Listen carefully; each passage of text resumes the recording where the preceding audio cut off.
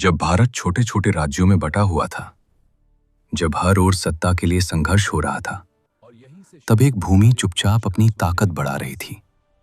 वो भूमि थी मगध, और यहीं से शुरू हुआ हर्यक वंश का स्वर्णिम इतिहास।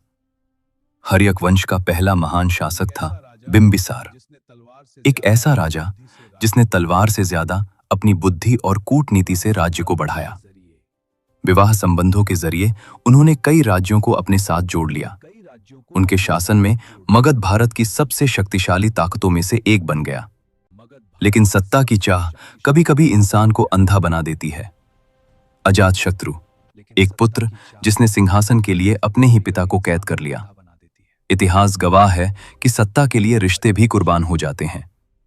अजातशत्रु ने लिच्छवी गणराज्य को हराया और मगध को और भी शक्तिशाली बना दिया। इसके बाद सत्ता संभाली उदयन ने। उन्होंने एक ऐसा निर्णय लिया जिसने इतिहास की दिशा बदल दी। राजधानी को राजगृह से हटाकर गंगा के किनारे पाटलिपुत्र बसाया।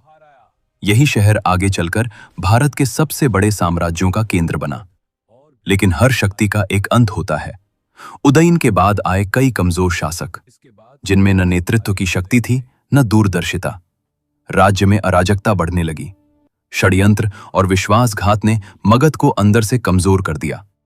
अंततः जनता और अमात्यों ने आखिरी राजा नागदशक को हटा दिया और यहीं समाप्त हो गया हर्यक वंश का शासन। हर्यक वंश के पतन के बाद मगध में एक नई शक्ति उभरी। इतिहास सिर्फ कहानी नहीं। अगर आपको ऐसी अनोखी और रहस्यमयी जानकारियां पसंद हैं, तो अंकित मिश्रा को फॉलो जरूर करें।